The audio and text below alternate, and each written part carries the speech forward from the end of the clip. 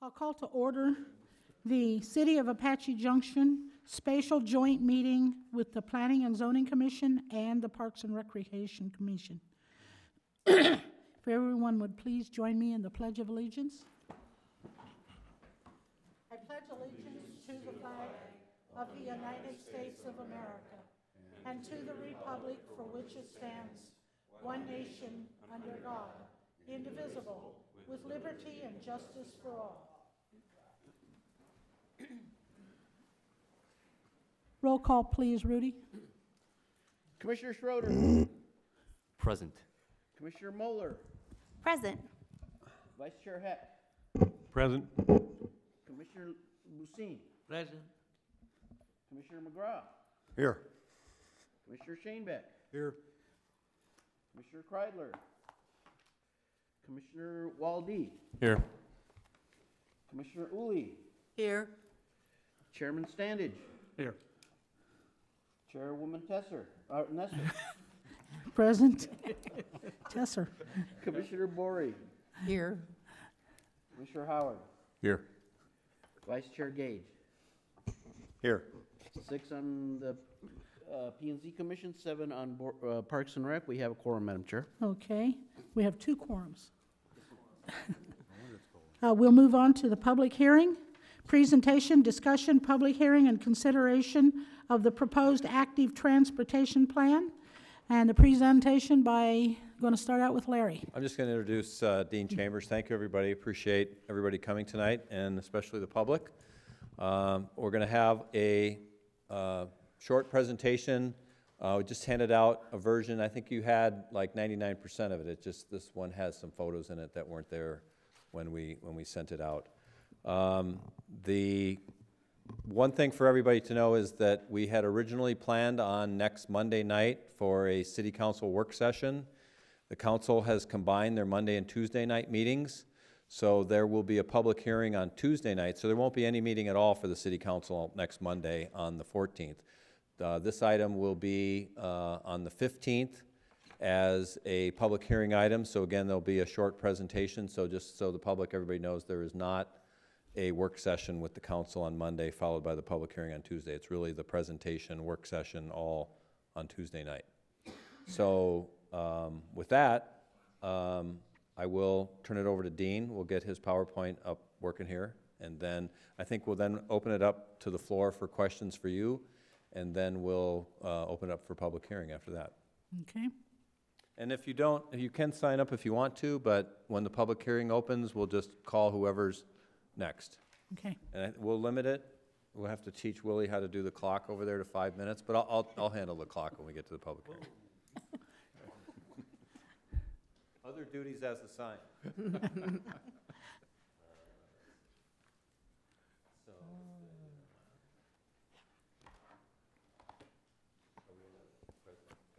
Yes. There we go. Okay. Thank you, Larry. Thank you, Larry. And I'm Dean Chambers with J2 Design. Madam Chairman, if you're ready for me to run through, I'll go ahead and get started. Go ahead.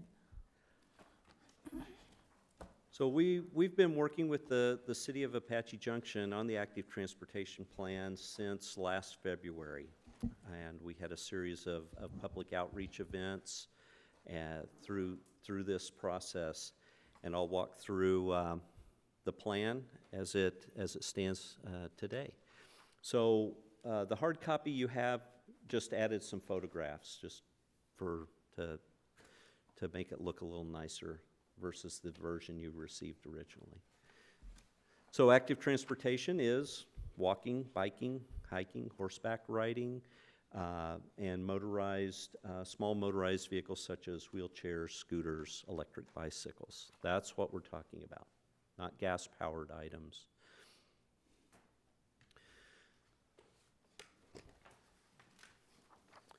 So we followed some guiding principles through the process, and those the 6 E's of engineering, education, encouragement, enforcement, and evaluation, and our policies relate to these guiding principles.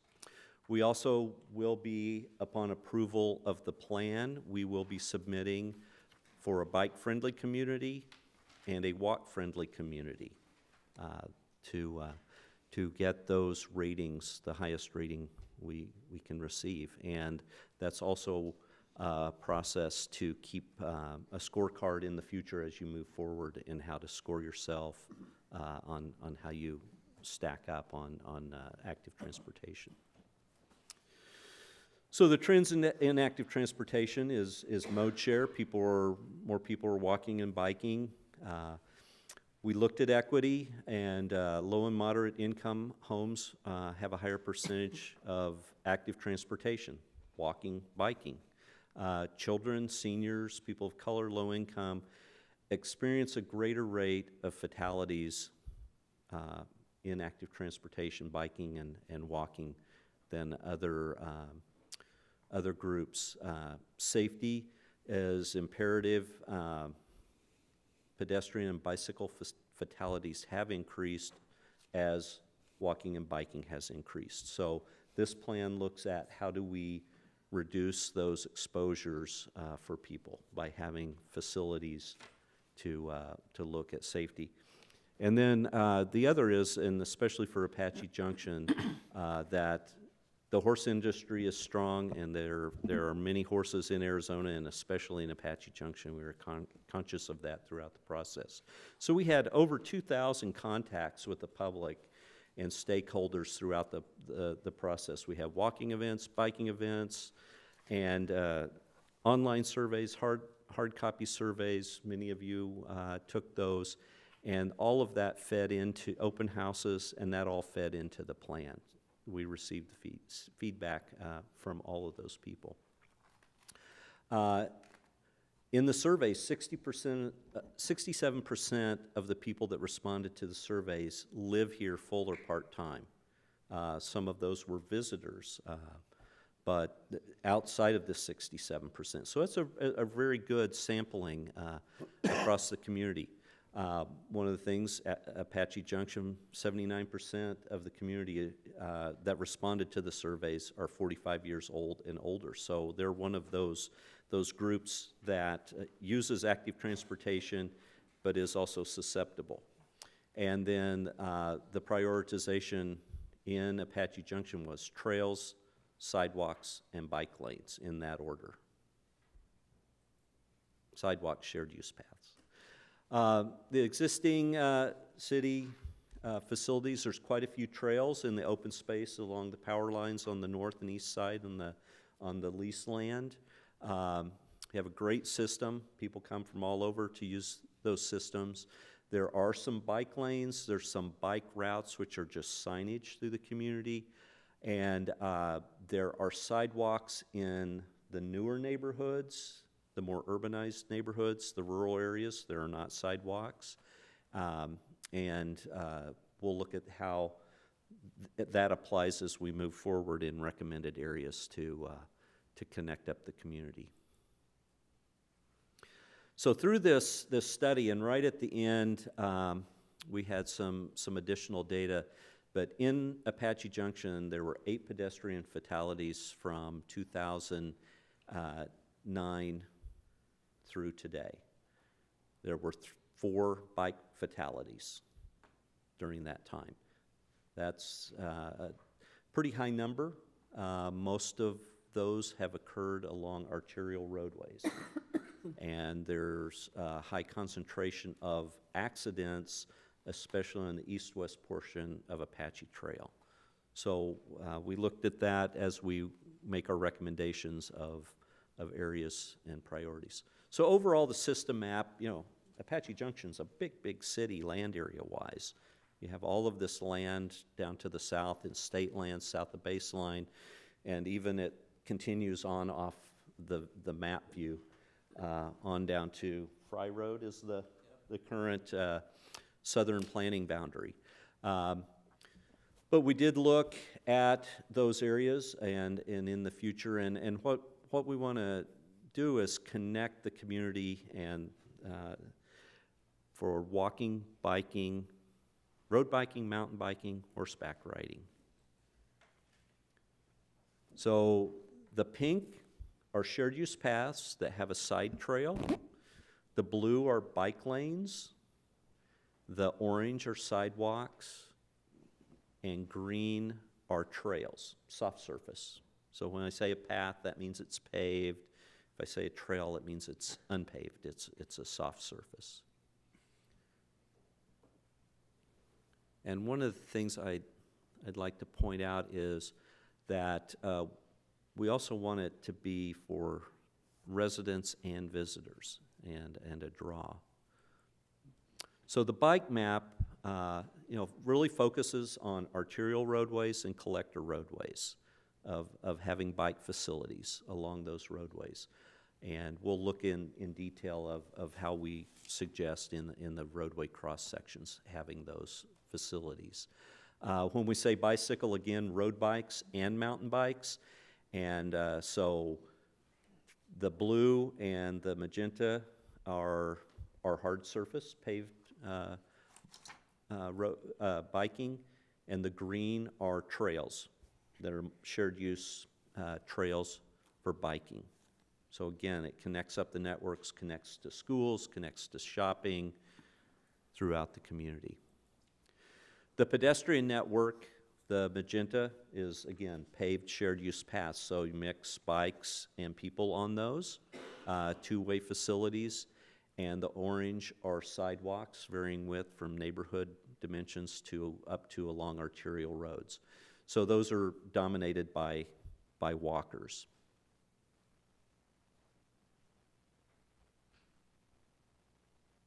And let me go back a slide. So things that are dashed in here are existing. Things that are solid are proposed. So you can see there's quite a bit proposed coming up over the years.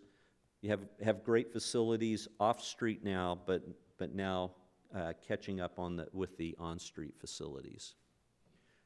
So you see the neighborhoods that lack sidewalks and filling those in over time. So the kind of more faint orange are existing sidewalks, and then the heavier orange are proposed. And then the trails, and we show the shared use path on these because it has a side trail. In urban settings along arterial roads, it's attached. Out in rural settings and out in open space off-road situations, it would be separated.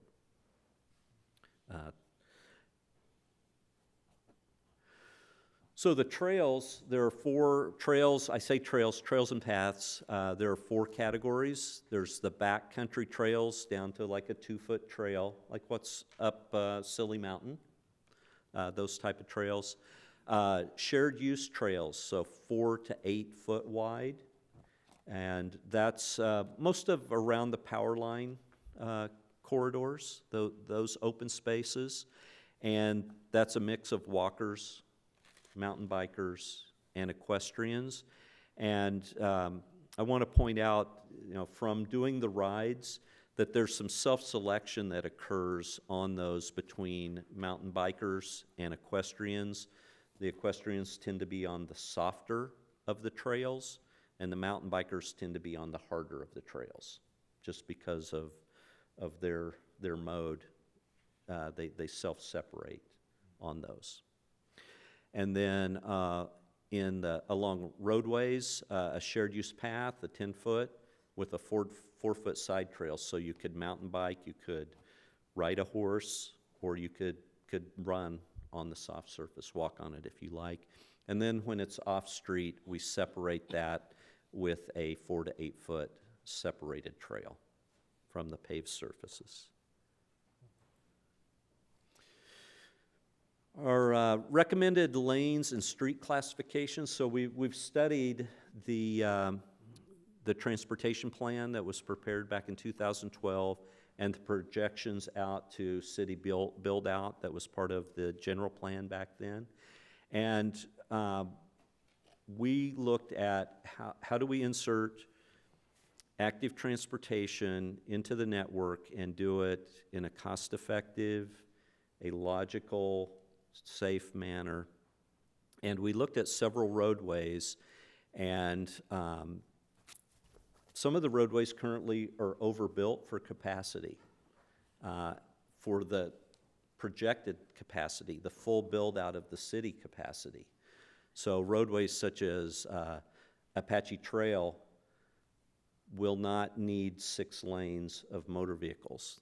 4 lanes are more than adequate for those projected volumes. Superstition, 1 lane each way and a turn lane.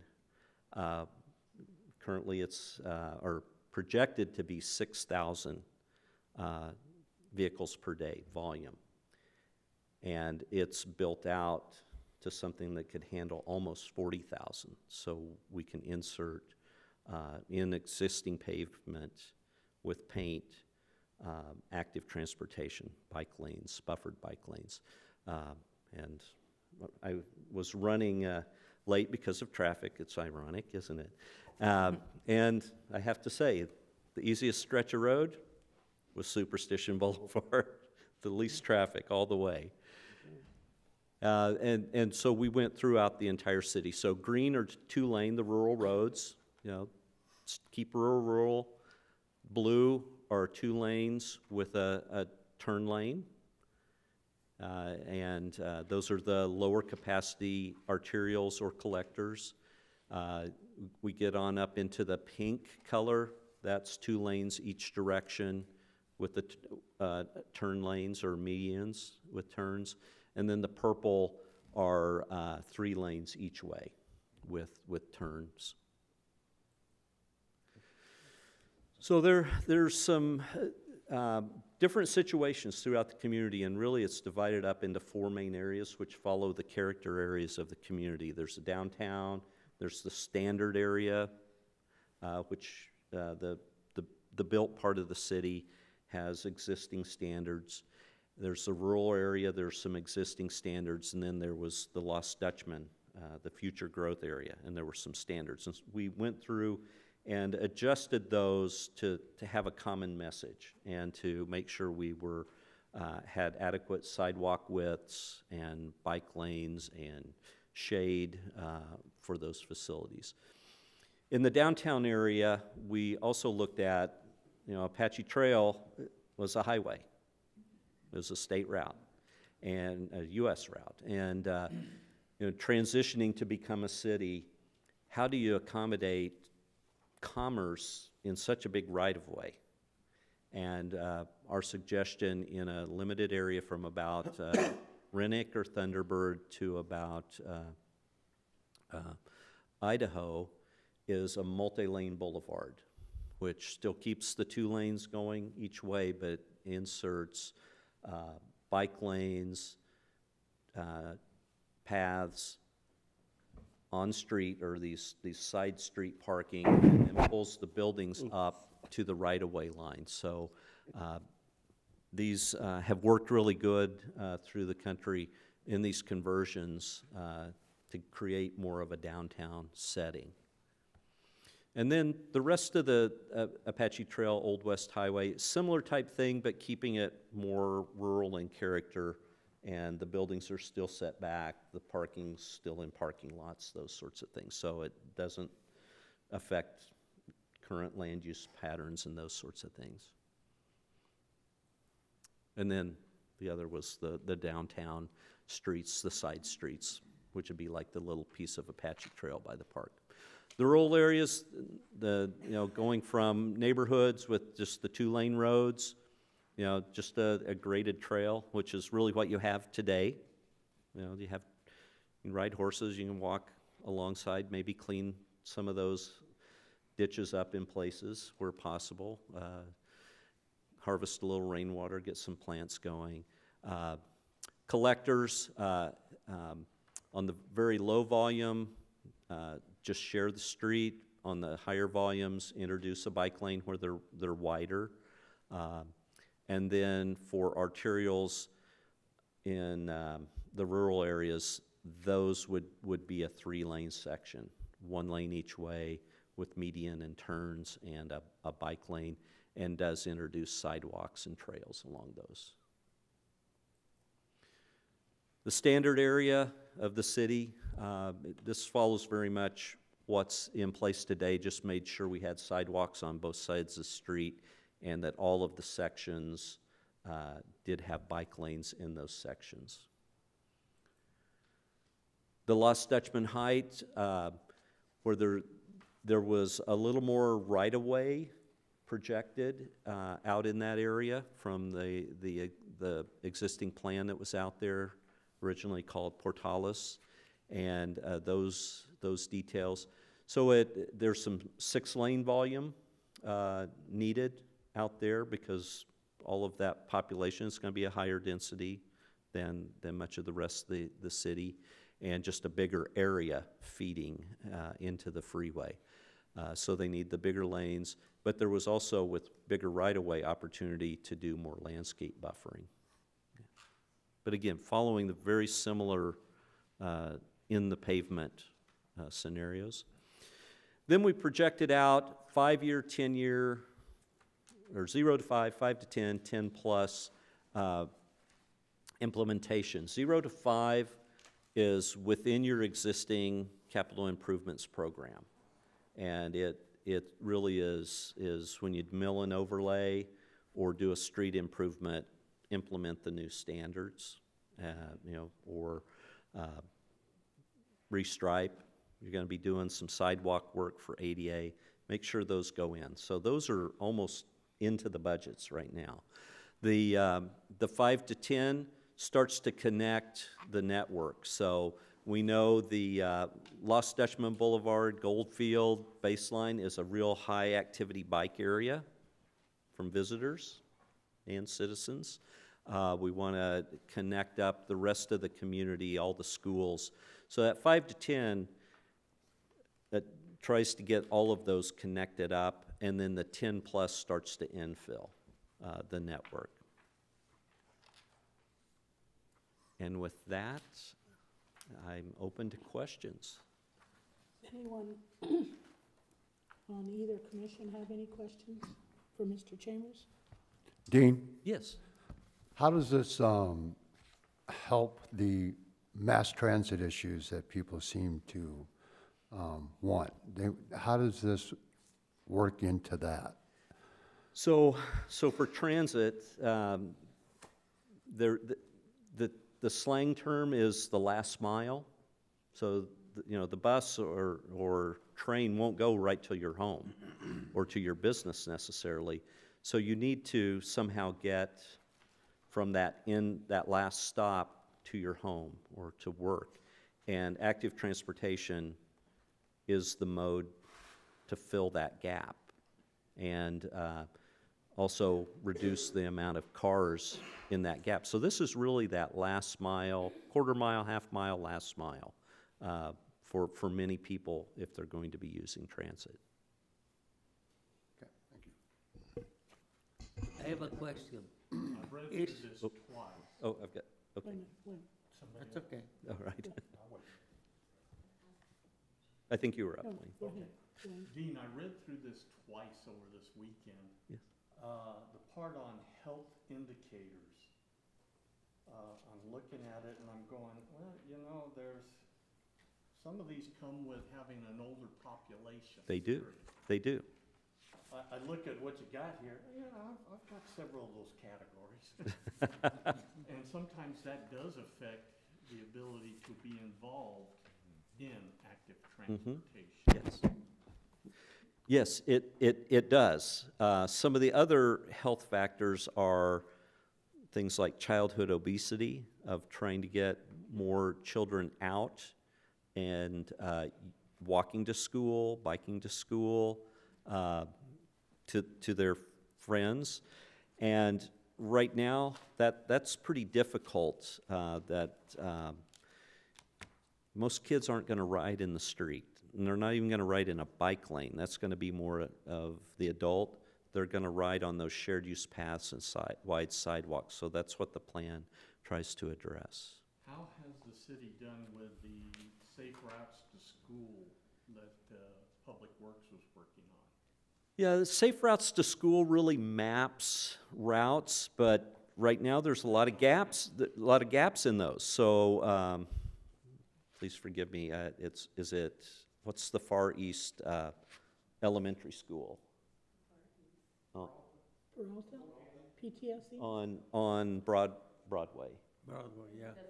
Desert Vista.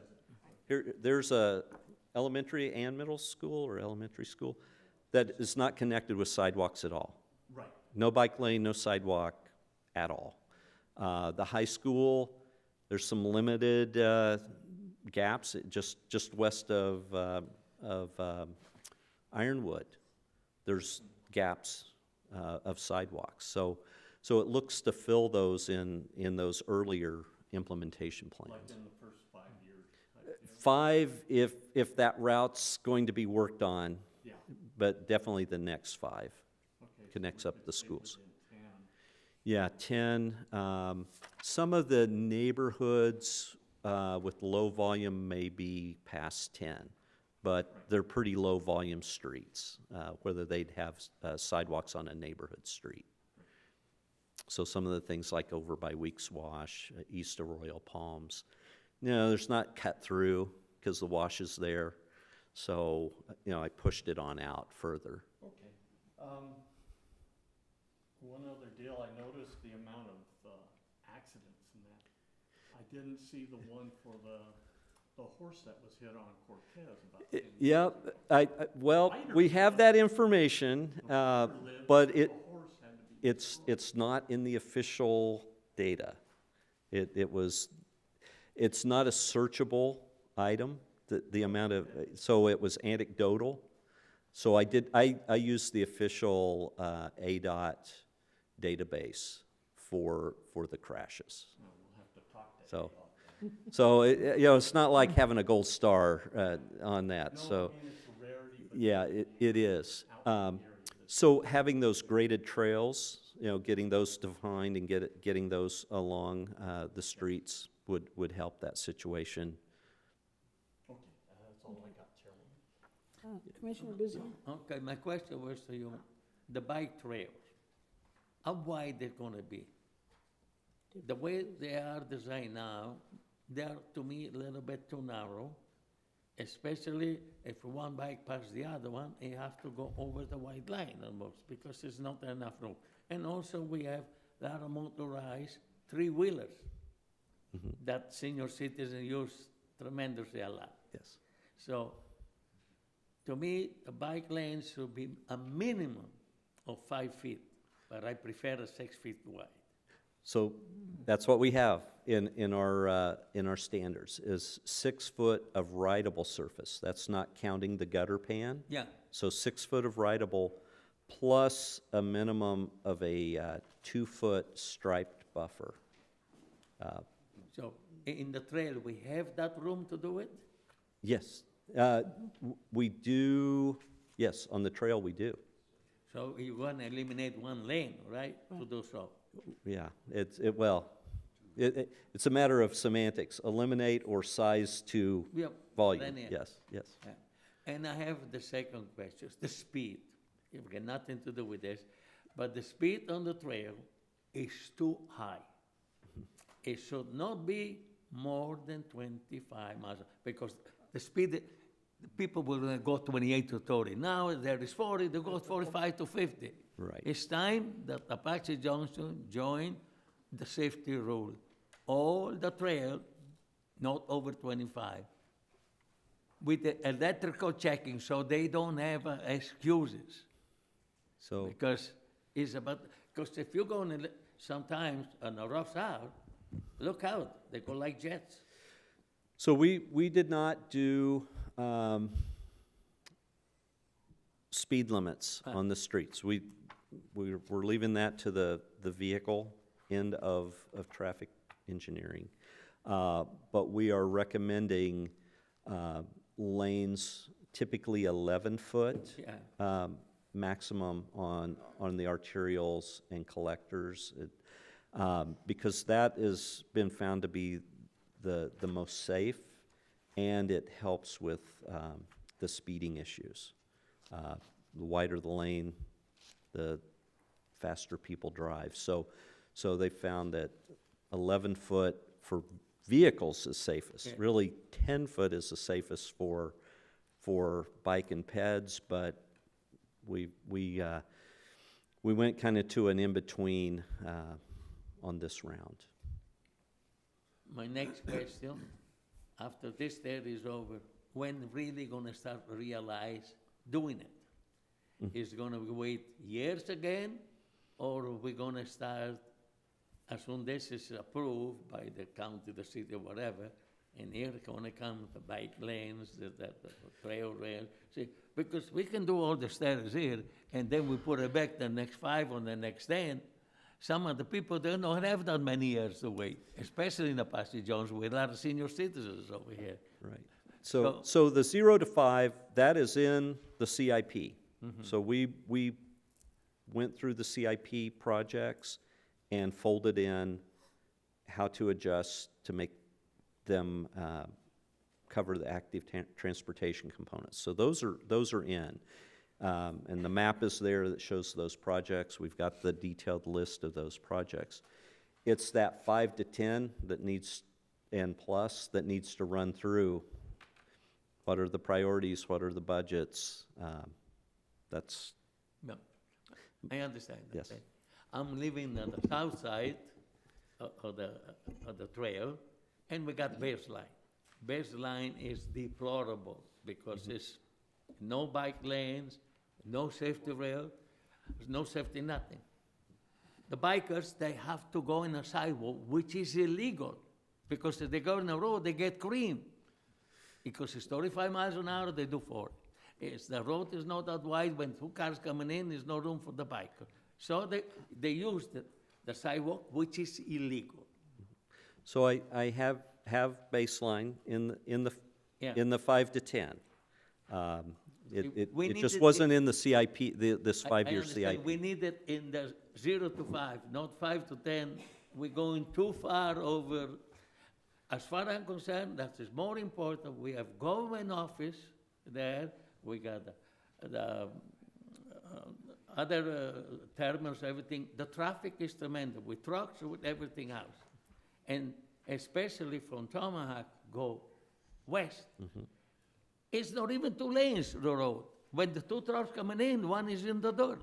Can you imagine if there's a walker there or a biker? He has to go in the ditch. If we don't have ditches, that means it goes in the fields. So that's why I say baseline is one, the most priority. Do that the Apache Junction have their offices there. They have the garages. They have the trucks coming in there. So also we have the recycles in there. Just them is more important to me than the north part of the city. Because we had business over there, and there's people living on that area. So we looked at the crash data Yeah. on where we put the higher priorities, and Apache Trail, Superstition Boulevard, Southern, Ironwood, Meridian, those are high priorities. North of the 60 are the higher priority areas. Can I- Just because of the crashes Since and I've been living in fatalities. this town 10 years, always north of the 60, the south doesn't exist. So, talking to the city, I live in there and I exist. So, I'm fed up to hear everything north of the 60. What about the rest? Can I- Nothing? Can I ask that we limit our statements to questions to Mr. Chambers at this point? The commissions will have time to state their opinions, but limit this now to questions, please. Okay, I apologize. I finished my question. Madam Chair, Yes. a question. Dean, I don't see, and there's a lot of information here. The Legends Loop, is that still in this? It is. Okay. Let me. I was Let me trying get to find it and So couldn't do it is. We didn't name it on the map. Okay. We can do that. Well, that's okay. I just want to make that- sure it was still there because I thought it was Yeah, a great idea. It is, and I'll start up here in the, oops. I don't know if I have a pointer here. Here we go. It's in your narrative, I read it. It's in the narrative, but it's not labeled It's on the not, map. yeah. So it starts up here at Meridian and just north of Lost Dutchman in the open space, and goes across through the open space, the magenta line, then curves and crosses the Apache Trail and follows down north-south through the open space. And those two legs have been on the plan since 1993 in the trail, the city trail plan. So half of it has been on the trail plan. Then where it hits the 60 and goes under the Siphon Draw bridge, it follows the Siphon Draw drainage and comes over and hits the CAP trail at the southwest area there, down by south of Guadalupe, and follows the CAP trail until it hits Meridian again, and then we have the shared use path up Meridian. So parts of it, the CAP trail plan has been out there for several years, so we connected those legs. Perfect, good. Okay. Thank you. Anyone else? Yes. So looking forward, I mean, the interaction with pedestrians and bicycles, you have those many different companies now that are offering the bike share, the scooter share, even the driverless cars, that is changing the interaction with pedestrians and vehicles. Was that brought into consideration at all? Because that last mile problem in a lot of these cities that have implemented those driverless cars, those reusable scooters and that's been shortened even. So has that been considered at all as that technology continues to roll forward, that those, people won't be actually using mass public transportation as much because they can actually get a ride from door to door? So it is. Oh, thank you. So certain amount of that is unknown, especially on the autonomous vehicle end. Right. The projections are that there'll be a reduction in parking areas, so land use will convert from parking to buildings, so housing and commerce. So people will walk in those areas more, is what some of the research is saying, and that sounds pretty logical. The lanes will narrow down to potentially even 7 feet if it's an all autonomous, but that's a long transition time. So the lanes may get even narrower, which is more space for active transportation. And then the scooters and electric bikes, a year ago it was bike share, pedal bike share. This year it's scooters. Yeah. And who knows what it's going to be next year. And those are private companies flooding markets and testing, and you're seeing them move farther out, and they're checking their databases of, are these getting picked up and used or not, and then they move them around. The shared use paths and the bike lanes, especially the buffered bike lanes, will serve very well for the scooters if that's allowed by code, and every community has their own codes. The electric bikes would be work very well in the bike lanes. And then all the shared use paths, those are good mixes. The issues have been speed of those motorized bikes and scooters, and it's different communities, again, are treating them at different. Some are banning them in certain areas, and others are saying it's behavior and speed. All right, and I also just, as I look at the multi-use Broadway with the 2 separate roads where you park and then the main drive, I mean, just the interaction with those rideshare companies as well, like an Uber or Lyft, the people are utilizing those to get from place to place. I mean, was there any consideration of we didn't anything? delve into the drop-off zones. That's a motor vehicle. Yeah, and I knew issue. that was kind of right in there. And that is evolving, and the places like New York, San Francisco, where so many people are using it more, it is shifting. And Jamie, you've been doing some things, especially Scottsdale, See, I told you I'd be asking you a question.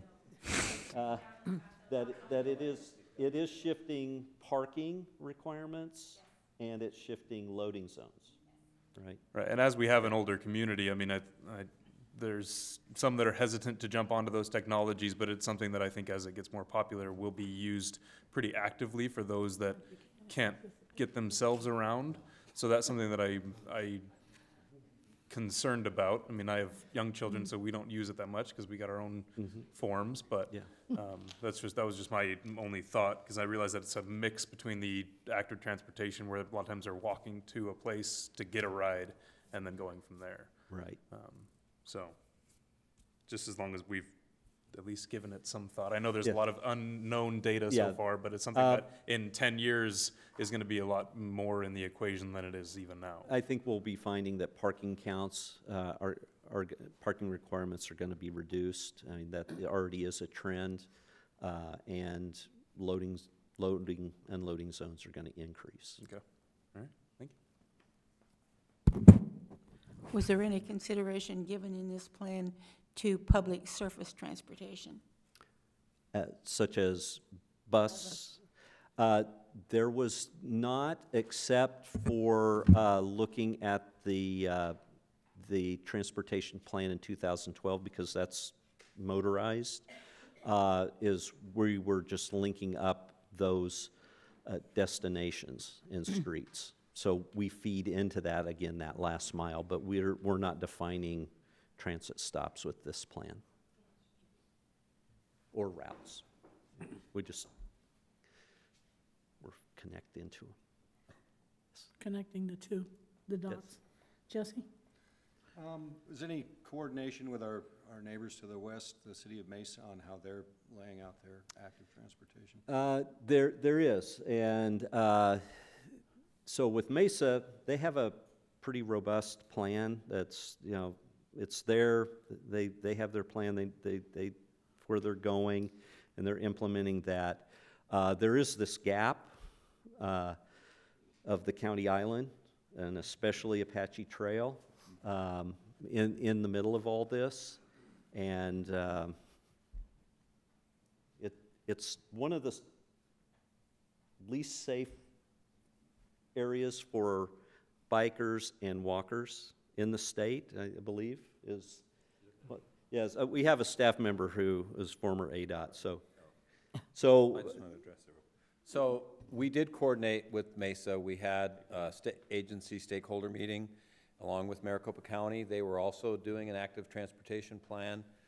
The MAG region, Maricopa Association of Governments, is also creating a active transportation plan. So the goal of all this was to work with Pinal County Parks and Trails, Queen Creek, City of Mesa, Maricopa County, so that you have all these county islands on the other side of Meridian that you know when you're in Mesa versus an unincorporated island where you'll have a bike lane and it'll just stop. So the county wants to fill those in, and then we want to connect to when they do that. Same thing on Apache Trail. There is a 6-mile study on Apache Trail that's really a safety corridor. So all the accidents we saw, bikes and pedestrian, they're seeing it just as much all the way over past the 202 on Apache Trail. Yeah. So as best we could, we tried to coordinate with City of Mesa, Maricopa County, et cetera. Yes. I hope that Larry filled in the gaps. I went too deep on one road there, sorry. Anybody else? Any question? Yeah, Willie? What do you see as our biggest challenge for Apache Junction in the 0 to 5 years, connecting everything? In the 0 to 5, I think it's going to be acceptance. When people see a bike lane or a new sidewalk, is it accepted, not accepted? Is that seen as a positive? That's some of the feedback we've received through the planning process. It's been very small, but vocal at times. Of some people are vehicle only or vehicle first focused and don't want public dollars spent on walking and biking. I think that's the biggest challenge in the 0 to 5. 5 to 10, 10 plus, I think it's money, funding. Is securing those fundings. Is that it? You can see that on North Apache Trail past Flatiron Park. Some people don't want to accept 15 miles per hour. So, yeah, acceptance can be a stubborn thing. Anybody else? Any other questions? No one? Okay, thank you. Thank you very much. I'll open this up to the public, and I do have someone who has signed up, Bev Dougherty. If you would like to come up and give your name and address, and you'll have 5 minutes. Beverly Doherty. My address is 1740 North Apache Drive, Apache Junction. I have a horse. My concern, at first I thought the trail was going to go through Apache Trail. My concern is if we're traveling on Apache Trail, the speed limit. And as you said over by Flatiron, that 15-mile-an-hour speed limit, I think that has some bearing because we don't always see those signs. Sometimes trees shade them, but my concern is with the horses going down Apache Trail with the speed limit. Right now, I believe the speed limit is 40 miles an hour. That's a little fast, even in this with our traffic, but that would have to be lowered. And if we were going to travel the Apache Trail, and we wanted to stop and see at one of the stores or restaurants, what do we do with our horse? We have to have a hitching post. So that brings into, I brought that up at one meeting some time ago. I think he brought it up to him. And I don't know if that was considered. I know the bikers were going to have a bike stand to put the bicycles to go into restaurants or whatever. So that was my concern, is with the horses. I have no more. Good questions. Thank you. Does anyone else wish to speak? Come on up. Give your name and address.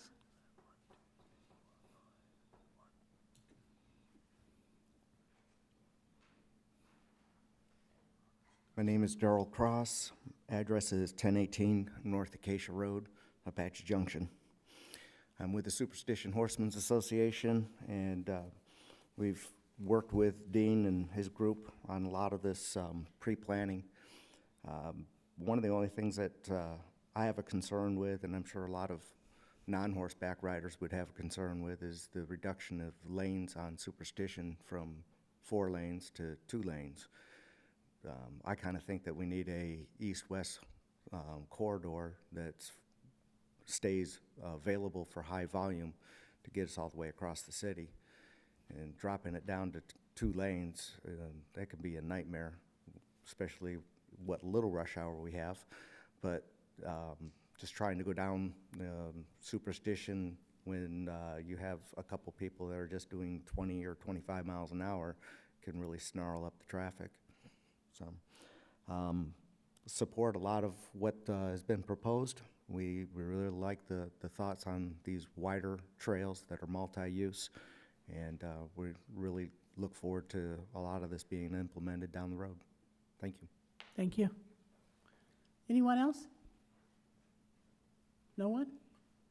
Come on. Let us hear what you have to say. Come on down. Yeah, come on down. Like Kim, I am a runner Give and it a sure. mountain biker, and I just couldn't resist. Give us your name and Oh, address, yes, please. Darch Oborn, and I live at 2335 North Valley Drive, just off Lost Dutchman. The corner of 88 and Lost Dutchman is really a tragedy. There have been losses of life in that intersection, and needs to be dealt with for effective transportation. The other thing that I think could be dealt with more effectively in this report is the roadies, road bikers on Lost Dutchman, and they go right through the Brown Road. It's a major thoroughfare for road bikers. So there's no shoulder, of course, and that should be considered because they can't go on the side. You know, their tires are very small. And just one other thing that I wanted to point out was the trail system that's being planned in the, I believe it's BLM land north of Lost Dutchman, I think is going to be very effective. It's a wonderful area for horses and hikers and some mountain bikers now. And I'm a member of the Superstition mountain bikers. Mm-hmm. Not horses, which we like very much, Yeah. but we're willing to assist with development and maintenance of those trails. Good. Thank you. Sign up with Rudy over there and give him your name. I'll do that. Thank you very much for that opportunity. Thank you. Anyone else? Let us hear what you have to say. It's not just our plan, it's your plan too.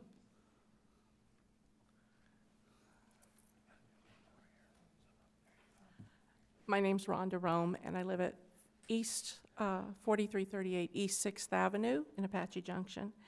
I want to second what the gentleman from the Horsemen's Association said. We also have a very serious concern about losing a travel lane on Superstition Boulevard. Right now with winter visitors, we all see how the traffic is picked up. And that's a major concern to us, losing that travel lane. I understand that it's a huge roadway. I can appreciate the numbers of how many cars it will, it's potentially servicing and how many it actually services. But I also want to bring out that 2018, the state sold, and I wish I could remember exactly, either $44 million or $44 billion more in state trust lands than they had sold the year before. And those were to developers. We're surrounded by a lot of state trust land. I see that land selling off eventually. So my concern is if we lose that lane on Superstition Boulevard now, are we going to come back in 10 or 15 years and say, oh, wait, we need the lane up there because now we have all of this new development. And I think we all want to see our community grow. So I'm just concerned about doing something now that's sort of short-sighted for potential growth of our community. Okay, thank you. Thank you. Anyone else? No one? Okay, I'll close the public portion and open it up for any discussion. I may be not 100% correct, but my opinion, which, you know, is worth 2 cents, as far as narrowing Superstition is the state trust land, all the growth's going to be below south of 60. People south of 60 aren't going to go clear up to Superstition to travel, because why would they? They'll probably never go north of the 60.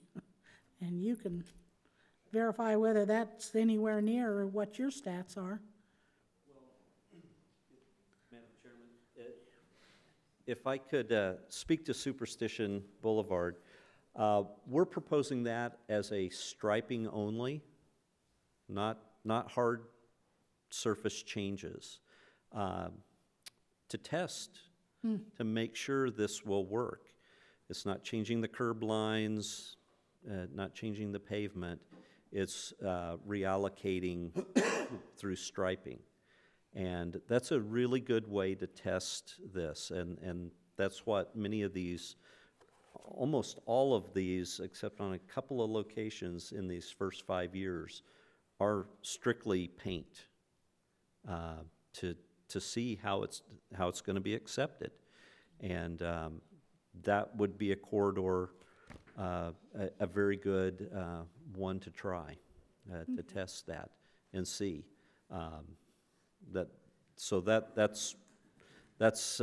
It's you want to try it before you buy it, kind of thing. And we've done those experiments on other places, and it had really good success with those tests, and we would recommend that. Okay. Joel, tell me before I open this up to anyone else, since I let Mr. Chambers come back up, I opened up the door to needing to open up the public portion again? Yes, Madam Chair, you might want to open it up again, but, so if you have questions now's a good time to ask questions of any consultant, and then I think you should reopen the public hearing one more time, and then you should call for a motion. Okay, so anyone else? Madam Chair, Judy? could I make a Yep. couple observations too? I think I was just going to reiterate what Dean said about a pilot program. Again, we're talking paint, not tearing out curb and gutter and narrowing up. So paint is fairly cheap to do a pilot program. I think that's kind of what happened on San Marcos, north of Southern, where those people lost parking in front of their house. So you had some older development where they used to be able to park on the street on San Marcos. City went back in and put in a 3-lane road with a center turn lane, with a bike lane. So again, it's an inconvenience for the folks that live there, but again, you can always go and repaint it. There are, on the health indicators that Wayne, you brought up, there is a lot of linkage that's been done over the last 10 years about public health indicators, and the built environment. So for the last 60 years, we have built basically the entire society around the automobile. And so as we've seen now, things are changing with scooters or bicycles everywhere that you can rent, or autonomous vehicles. And so some of the health indicators we have seen is because we have built roads and then we didn't put a sidewalk next to it. And so I think that's kind of where a lot of cities are catching up with the infrastructure to where we could have been had we built infrastructure to move people, not just cars that carry people. Safe Routes to School, in I think 5-6 years ago, there was $700 million, I want to say nationwide, for Safe Routes to School. So a lot of the grants that the city got, and a lot of cities around the country, I'm going to say that without hesitation that about 90% of the people in this room used to walk or ride their bike to school. And you remember that far back? We rode our bike, we walked with our, so kids nowadays don't do that because of stranger danger, maybe a lack of sidewalk. So the $700 million is not coming back. But a lot of cities were able to, and school districts were able to put in flashing signs or change the signage to meet the uniform traffic control devices. But then this city has also seen 3 or 4 schools closed because of the anticipated population. So even though we may have had a Safe Routes to School plan, you couldn't fully implement it because the school closed where the kids could walk to it. The other thing, transit was mentioned. I think if the city over the next 0 to 5, 10 years builds the type of infrastructure for biking and walking, if transit does get out here, those support each other. So we'll already have bike lanes, bike routes, sidewalks. Then you can always accommodate having a bike rack next to a bus stop like you see in the rest of the Phoenix Metro that has that. And then I think just the timing-wise, there's a lot in the plan that we talked more about a physical plan, but there's policy changes too that I think the city can make. So there was a mention about, should there be a requirement for horse parking at a commercial business? Well, that's a code change that we can make. So right now we don't have anything in the code to require bike racks in a commercial building or in a multifamily development. But a lot of cities do have, just like they have a vehicle parking requirement that might change over time because people are getting around differently. We could, for certain size projects, or maybe just case by case, saying, like, I know that the group put in the hitching post over at Fry's. So for certain types of development, we can put that in the code. So there are certain things that are, when you say, how is this going to be implemented over the next 5 years, some can be policy-oriented, code changes, et cetera, programs that we might start, and others might be funding. So if you follow the council, I know Tess goes to a lot of council meetings, the city rejected the bids on South Winchester because it came in, I think, a $500,000 or $700,000 over. So now we go back to the Maricopa Association of Governments. They had some monies that were turned back in. The city can now move forward with that project, and North Winchester has, up to Apache Old West Highway, has sidewalks and bike lanes. And you have the west side of the road that's basically dirt. So in the city, it will happen, those types of projects will happen over the next 5 years as money comes in, generally through MAG, that are more collector or arterial streets. So anyway, I just want to touch on a couple of those points, and again, I think we can answer any questions and then have another public hearing if people want to speak. One of the things that I'd like you to kind of add on just keep it on the far fringes of your 0 to 5, 5 to 10 year plan is the possibility that if we are going to encourage bicycles and horses and walking and all, that we need to encourage the bicycle racks, the horse hitches, maybe a bench every half a mile, you know? But I think you and need to not hardwire mowers. some of those things into a parking code in the zoning ordinance. Those are the types of things. So we've done that when we've worked with folks. The MVS tags and titles, they put in 2 bike racks. We thought, well, if you're going to get a driver's license or doing something, maybe you're going to ride your bike there. Yeah. But we do see there's a lot of folks, especially this time of year, I see a lot more bikes now than you will in July or August. But so, but yeah, some of these we can hardwire into the code. Yeah, I'm just saying, put a Post-it note up there that you can move along, but, you know, keep it in, you know, as something that's needed eventually. Right. Okay. Any other discussion? Yeah. Well, so one of the things that I would also like to just tack on is that to make sure that as we do develop, that those sidewalks can go in. I know that's always not a popular opinion. I think the city's pretty torn on sidewalks in residential areas. But as a young father with young kids, one of the only reasons I moved to the neighborhood I did is because my wife can take my kids out in the middle of the day and walk down the sidewalk safely. I don't have to worry about them walking down the middle of the road. There was other houses that we looked at in Apache Junction and even other cities that we rejected because those that safety wasn't there, because the sidewalks weren't there, weren't able to develop. So I realized that the study that most of the respondents were 45 and plus, but I mean, I'm not quite there yet. And I've got kids that are not even in school yet, and they're at home all day long, and that's something that I consider and I think about. So I know that sidewalks were pretty torn on a city as it, but I would encourage us to encourage those developers that are coming in to put in those walkways throughout the residential areas to encourage those younger families to move in, because I've got a long time in this city left, and I want to make sure that there's those around there with me. Larry, we don't allow any developer to come in now without putting in sidewalks, do we? No, but some still, they may want to only do it on one side of the Right. street. As staff, we try to encourage it on both sides of the street. Right. For the project that just came in with Mr. Kaufman, the 40 acres south of Baseline, as staff, we were pushing for sidewalks on both sides of the street. Well, because he's also integrating a trail network and having some sidewalks that lead to a trail that's going to go along a wash, you know, we acquiesce. But I think, again, that becomes a strong policy statement. If the council or the plan commission, it becomes in the code that thou shalt have sidewalks, then we could go forward with it. So we have street standards.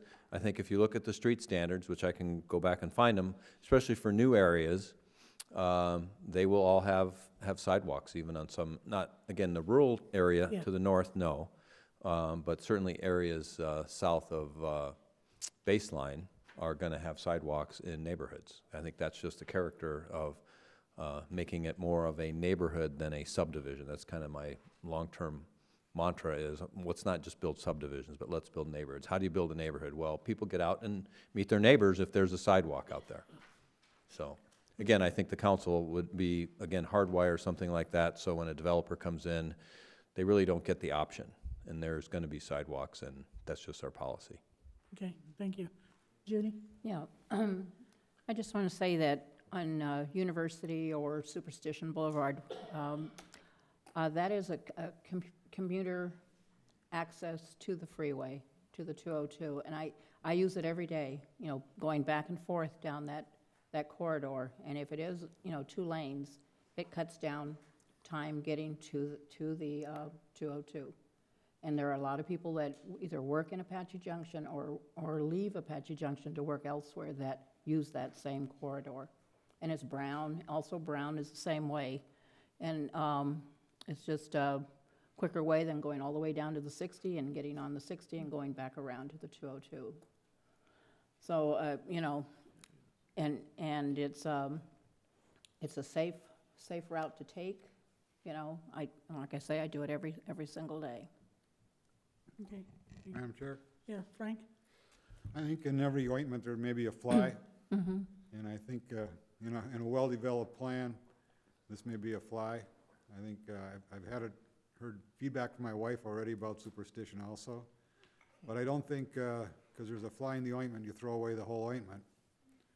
So I think we ought to consider that as we look at the whole plan, that there are parts of the plan we aren't going to agree with, but generally we've got a pretty good start on how to make our future here for active transportation. Thank you. Yep. Anyone? None of you guys? Nobody? That it? Okay. I will close our discussion, and I am going to allow the public, if the public wants to come up and come on down, give your name and address. Kent Baker, 4338 East 6th Avenue.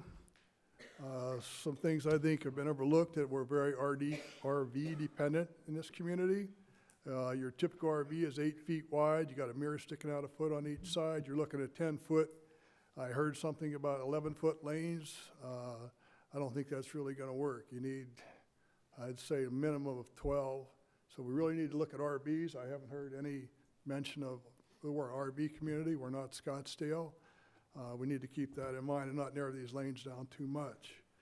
The other thing is, if we narrow Apache Trail down to 4 lanes, that's going to put more traffic onto Superstition. I feel strongly we need to maintain 2 lanes in each direction on Superstition.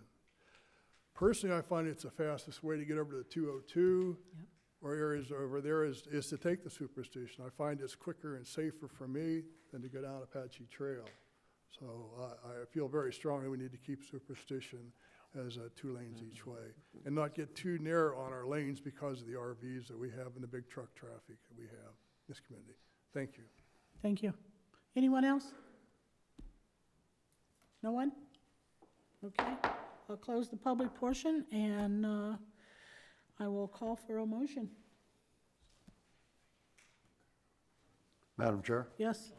I move that the Planning and Zoning Commission, Parks and Recreation Commission recommend the City Council the approval of the City of Apache Junction Active Transportation Plan, subject to the following conditions of approval. 1, the Active Transportation Plan be incorporated into the circulation element of the city's general plan 2020-2050, legendary landscapes and lifestyles. We have a motion. Do we have a second? I'll second. We have a motion and a second. Roll call vote, please. Wayne. Wayne did. Him. Yes, please.